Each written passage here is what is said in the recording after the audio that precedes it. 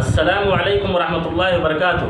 ناظرین، اگر ہم اپنے گھروں میں محبت پیدا کرنا چاہتے ہیں، اپنے خاندان میں الفت رکھنا چاہتے ہیں، تو اس کے تعلق سے نبی کریم جناب محمد رسول اللہ صلی اللہ علیہ وسلم نے ہماری رہنمائی فرمائی ہے۔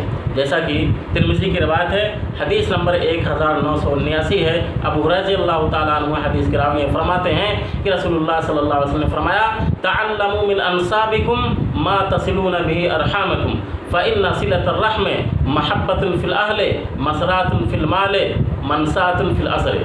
آپ نے فرمایا کہ لوگو، تم اپنا نسب سیکھو، اپنا نسب جانو، ما تصلون به ارحامکم، تاکہ اس کے ذریعے سے تم صلہ رحمی کر سکو۔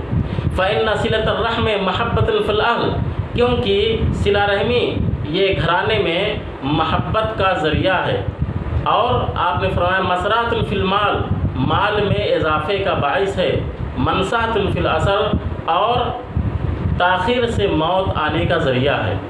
یعنی اللہ کے نبی صلی اللہ علیہ وسلم نے فرمایا کہ اے لوگو، تم اپنے نسب کو سیکھو کہ ہم کن کی اولاد ہیں، ہمارے باپ دادا کون تھے، ہمارے بھائی، ہمارے اہل خاندان کون ہیں۔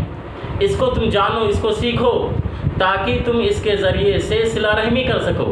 کیونکہ جب تک آپ یہ نہیں جانیں گے کہ ہمارے رشتہ دار کون ہیں، ہمارا نسب کیا ہے، تب تک آپ ان کے ساتھ صلہ رحمی کیسے کر سکتے ہیں۔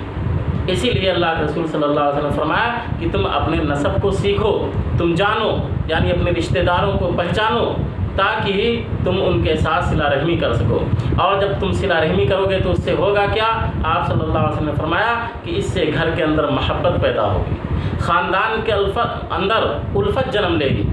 اور دوسرا فائدہ کیا ہوگا کہ مال میں اضافہ ہوگا، اللہ تبارک و تعالیٰ آپ کے مال کے اندر برکت پیدا فرما دے گا۔ اور تیسرا فائدہ کیا ہوگا کہ موت تاخیر سے آئے گی، یعنی اللہ تبارک و تعالیٰ عمر میں اضافہ کر دے گا، عمر میں برکت دے دے گا۔ تو اللہ کے نبی صلی اللہ علیہ وسلم نے یہ 3 فائدے بتائے، لہٰذا ہم سب کو رشتہ داروں کو جاننا چاہیے، اپنے نسب کو پہچاننا چاہیے، اور ان کے ساتھ صلہ رحمی کرنا چاہیے۔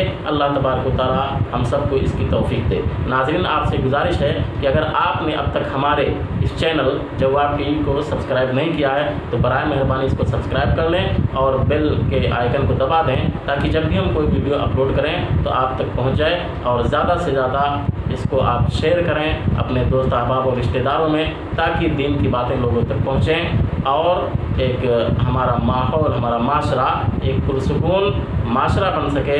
اللہ تبارک و تعالیٰ ہم سب کو اس کی توفیق دے۔ والسلام علیکم ورحمۃ اللہ وبرکاتہ۔